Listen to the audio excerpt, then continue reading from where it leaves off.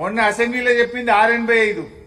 ఇవాళ తెలంగాణ ప్రజాపాలన దినోత్సవంలో 7 లక్షల చిల్లర చెప్పిండు ముఖ్యమంత్రి. వెంటనే ఉన్నాడు. ఇక అసెంబ్లీలో 685 అన్నాడు, ఇవాళ ప్రజాపాలనలో 7 అంటున్నాడు. అసలు 10 ఏళ్ల బీఆర్ఎస్ పాలనలో జరిగిన అప్పు 4,26,000 మాత్రమే. ఇది రాష్ట్ర ప్రభుత్వం చెల్లించాల్సిన అప్పు. రాష్ట్ర ప్రభుత్వం కట్టాల్సింది, రాష్ట్ర ప్రభుత్వం గ్యారంటీగా తీసుకున్నది, రాష్ట్ర ప్రభుత్వం కడుతున్నటువంటి అప్పు 4,26,000 మాత్రమే. ఈ 4,26,000లో కరోనాలో కేంద్రం చెప్తే చేసిన 27,000 కోట్లుంది. డిస్కాంల అప్పు రాష్ట్ర ప్రభుత్వం తీసుకున్న 9,000 కోట్లుంది. కేంద్ర ప్రభుత్వం గ్రాంట్ గా ఇవ్వాల్సిన బదులు అప్పుగా ఇచ్చిన 2,500 కోట్లు కూడా ఇళ్ళనే ఉండదు. అన్ని కలిపితే కూడా 4,26. కానీ అసెంబ్లీలో 685 అంటావు, 7 అంటావు. ఇది తప్పు అని నేను నిండు శాసనసభలో కూడా చెప్పిన.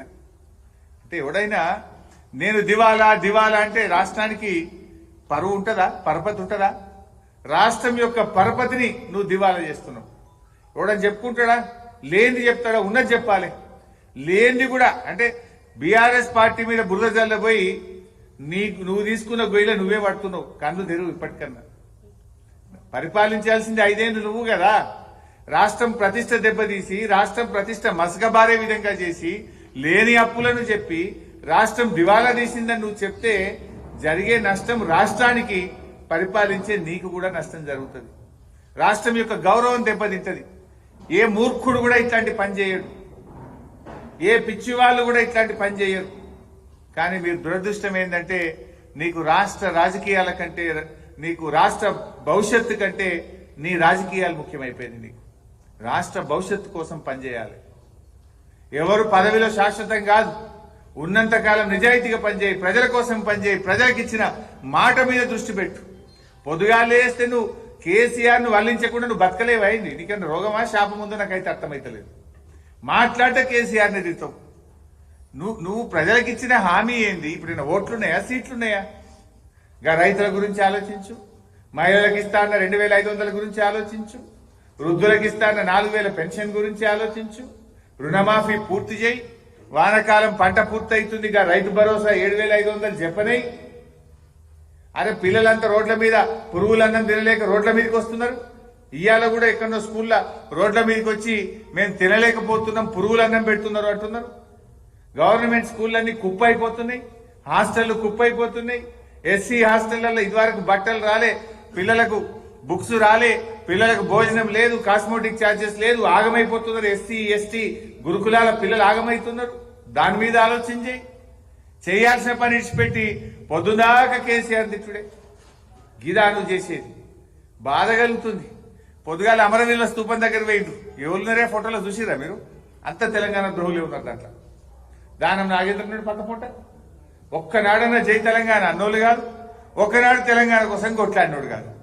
ఈ ముఖ్యమంత్రి ఏమో తుపాకీ పట్టుకుని బయలుదేరినోడు. రే ఎవడరా జై తెలంగాణ అంటాడని తుపాకీ పట్టుకుంటే వెళ్ళి పుణ్యాత్ముడు. దానం నాగేంద్ర ఒక కట్టెలు పట్టుకుని కొట్లాడిండు తెలంగాణ ఉద్యమకారుల మీద. వీళ్ళు పోయి తెలంగాణ అమరవీరులకు ఇలా శ్రద్ధాంజలి ఘటిస్తుంటే వాళ్ళ ఆత్మ ఘోషిస్తుంది. ఆ ఫోటో చూస్తే బాధ అవుతుంది. అందులో ఉన్న వాళ్ళు ఒక్కలన్నా జై తెలంగాణ రోడెక్కిన వాళ్ళు కాదు, తెలంగాణ ఉద్యమంలో ఒక్కనాడు కొట్లాడిన వాళ్ళు కాదు. వీళ్ళు ఇలా పెద్ద పెద్ద మాటలు మాట్లాడుతున్నారు. సో నేను ఈరోజు కోరేది ఏంటంటే ఇప్పటికైనా ఈ చిల్లర మల్లర వ్యాఖ్యలు బంద్ చేయండి. ప్రతిపక్షాల మీద నోరు బారేసుకోవడం బంద్ చేయండి. ఇవాళ నేను ఊరు పోయింది ఇప్పుడే, అదేంది మన పాపన్నపేట మండలం ఎల్లాపూర్ అనే ఊరికి పోతే ఒక రైతు అంటుండు, అయ్యి ఏం మాట్లాడు సార్ ఆ ముఖ్యమంత్రి, ఏమైనా ముఖ్యమంత్రి లేకున్నాడా అని ఒక రైతు దోతి కట్టుకున్నాడు. ఏం పేరు నాకు తెలియదు కానీ ఏదో దోతి కట్టుకున్నాడు. ఏది సార్ కానీ గట్ట మాట్లాడుతుంది, ఏది సార్ అయినా ముఖ్యమంత్రి గట్ట మాట్లాడతారు ఎవడన్నా ముఖ్యమంత్రి అని ఒక రైతు, ఆ ఎల్లాపూర్ రైతు అంటుండు నాతో. ఇవాళ ఇది ఏం పద్ధతి? గిట్ట నా గిదా మాట్లాడేది ఏం భాష? చూడబుద్దలేదు సార్ టీవీ అంటుండు. సరే ఇప్పటికైనా నేను ఆయనకు హితవు పలికేది ఒకటే, లేని అప్పులను పెంచుకుంటా చూపియకు, బంద్ చేయి, అన్ని మంచిగా పని చేయి. ఇంకోటి నువ్వు ఎంతసేపు అప్పులను మాట్లాడుతున్నావు కదా, మరి కేసీఆర్ పెంచిన ఆస్తుల గురించి ఎందుకు మాట్లాడవు? కేసీఆర్ గొప్పగా ఆస్తులు పెంచిండు కదా. తెలంగాణ రాష్ట్రం ఏర్పడ్డ నాడు 2013-14లో మన తలసరి ఆదాయం 1,12,162 రూపాయలు. మరి ఇవాళ ఎక్కడికి పోయింది మన తలసరి ఆదాయం? 3,47,229. దేశంలో నంబర్ 1 తెలంగాణ.